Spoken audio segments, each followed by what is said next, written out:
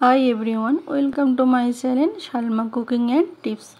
আশা করি আপনারা সকলে ভালো আছেন, আমিও ভালো আছি।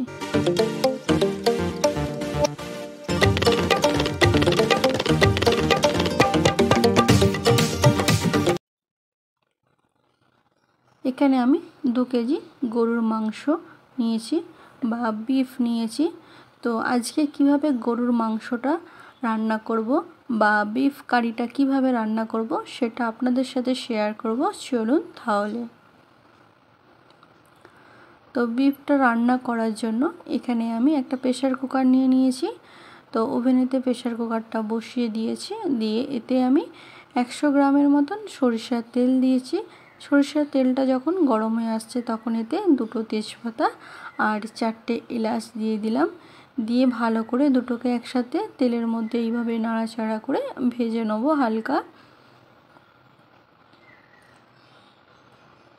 এরপর এখানে আমি 4 থেকে 5টার মতন পেঁয়াজ নিয়েছিলাম, তাকে কুচি কুচি করে কেটে নিয়েছিলাম। নিয়ে পেঁয়াজটার মধ্যে দিয়ে দিলাম ভাজার জন্য। তো এখানে পেঁয়াজটাকে একটু ভালো করে তেলের মধ্যে নাড়াচাড়া করে ভেজে নিতে হবে।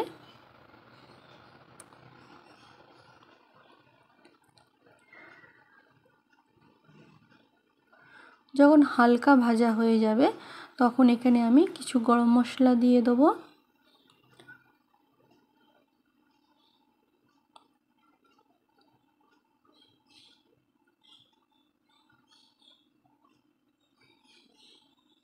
এখানে আমি দালচিনি, লং আর সাজিরে দিয়ে দিলাম।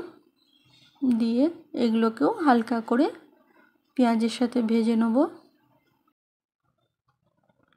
তো আজকে বিফ যে রান্না করছি, বিফ কারি বলতে পারেন বা গরুর মাংস কষা। তো মাংস কষাটা কিভাবে আমি নিজে বাড়িতে রান্না করি প্রতিদিনই প্রায়, তো যেইভাবে রান্না করি সেটাই শেয়ার করছি আপনাদের সাথে। তো কোনো রকম রেস্টুরেন্টের মতন রান্না করছি না, নর্মাল বাড়িতে যেমন রান্না হয় সেরকম রান্না করছি। এরপর পেঁয়াজটা যখন হালকা ফ্রাই হয়ে যেতে তখন এখানে আমি 2 চামচের মতন আদা রসুনের পেস্ট দিয়ে দিলাম বা আদা রসুন বাটাও বলতে পারেন, দিয়ে দিলাম। দিয়ে ভালো করে ভেজে নেব।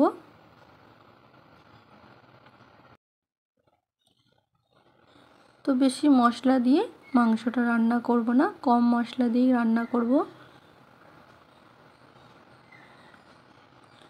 এইভাবে যখন আদা রসুন আর পেঁয়াজটা ভাজা হয়ে যাবে, এখানে আমি আগে থেকে টমেটো কেটে রেখেছিলাম, 2টোর মতন টমেটো, তাকে কুচি করে কেটে রেখেছিলাম। সেই টমেটো 2টো কুচি এর মধ্যে দিয়ে দিচ্ছি। এই টমেটোটা দেওয়ার ফলে মাংসের স্বাদটা ভালো লাগবে, বেশি হালকা টক ভাব আসবে মাংসের মধ্যে। আমি যে বিফ কারিটা করছি, বিফ কারির মধ্যে ফ্লেভারটা টমেটো দিলে এর মানে স্বাদটা খুবই ভালো হয়। এরপর এখানে মশলা দিয়ে দেবো। প্রথমে স্বাদ অনুযায়ী লবণ দিয়ে দিলাম, প্রায় 1 চামচের মতন।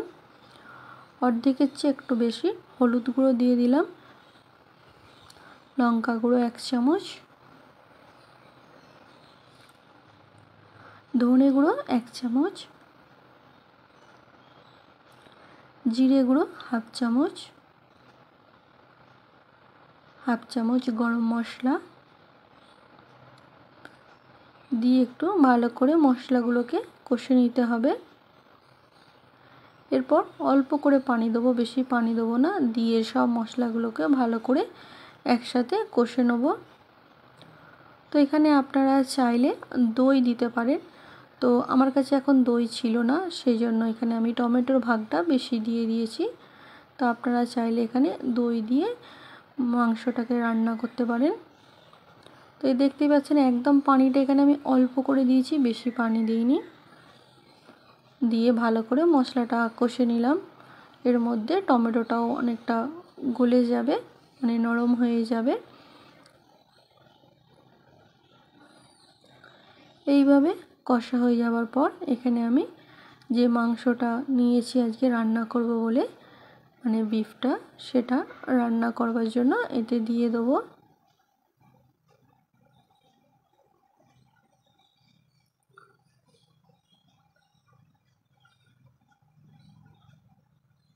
এরপর দেখতেই পাচ্ছেন মাংসটা আমি দিয়ে দিচ্ছি, দিয়ে ভালো করে কষতে থাকবো। তো এখানে মাংসটাকে না ভালো করে কষলে মাংসের মধ্যে যে কাঁচা গন্ধ আছে সে গন্ধটা ছাড়বে না। ভালো করে এখানে একটু হাতের সময় নিয়ে মাংসটাকে কষতে হবে।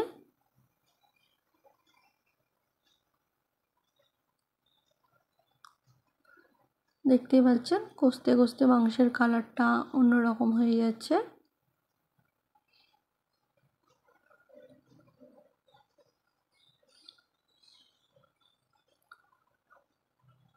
এইভাবে যখন কষা হয়ে যাবে তখন এখানে আমি অল্প করে পানি দেবো।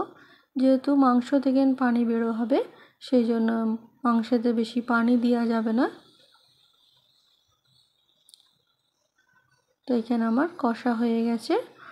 এরপর একদম অল্প পানি দেবো।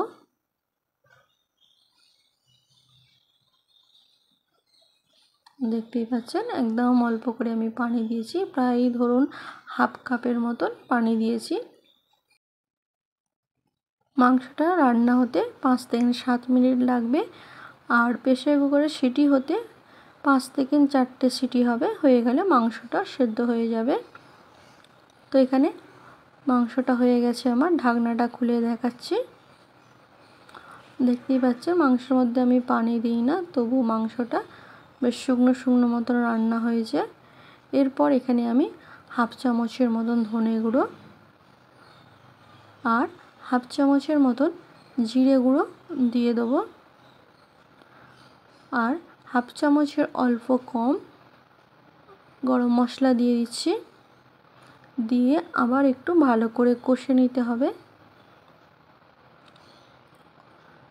দেখতেই পাচ্ছেন এইভাবে মাংসটাকে আমি একটু হাতের সময় নিয়ে আবার ভালো করে কষে নেব। আজকের রেসিপির ভিডিওটি যারা দেখছেন আমার চ্যানেলে তারা নতুন যদি হয়ে থাকেন তাহলে আমার চ্যানেলটি সাবস্ক্রাইব করবেন আর নোটিফিকেশানটা অন রাখবেন। আমি যখনই কোনো নতুন ভিডিও আপলোড করি না কেন আপনাদের কাছে নোটিফিকেশান পৌঁছে যাবে।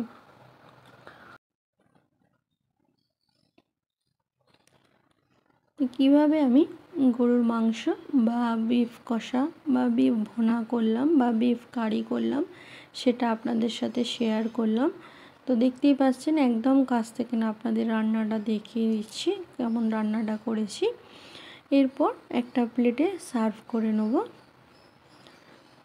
তো আপনারাও একবার অতি অবশ্যই বাড়িতে এইভাবে বিফ কারি বলুন, বিফ কষাই বলুন আর মাংস কষাই বলুন রান্না করতে পারেন।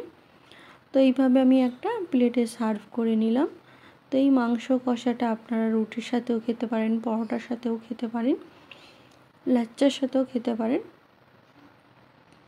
ভিডিওটি ভালো লাগলে লাইক কমেন্ট শেয়ার করতে ভুলবেন না, বন্ধুদের মধ্যে অবশ্যই শেয়ার করবেন।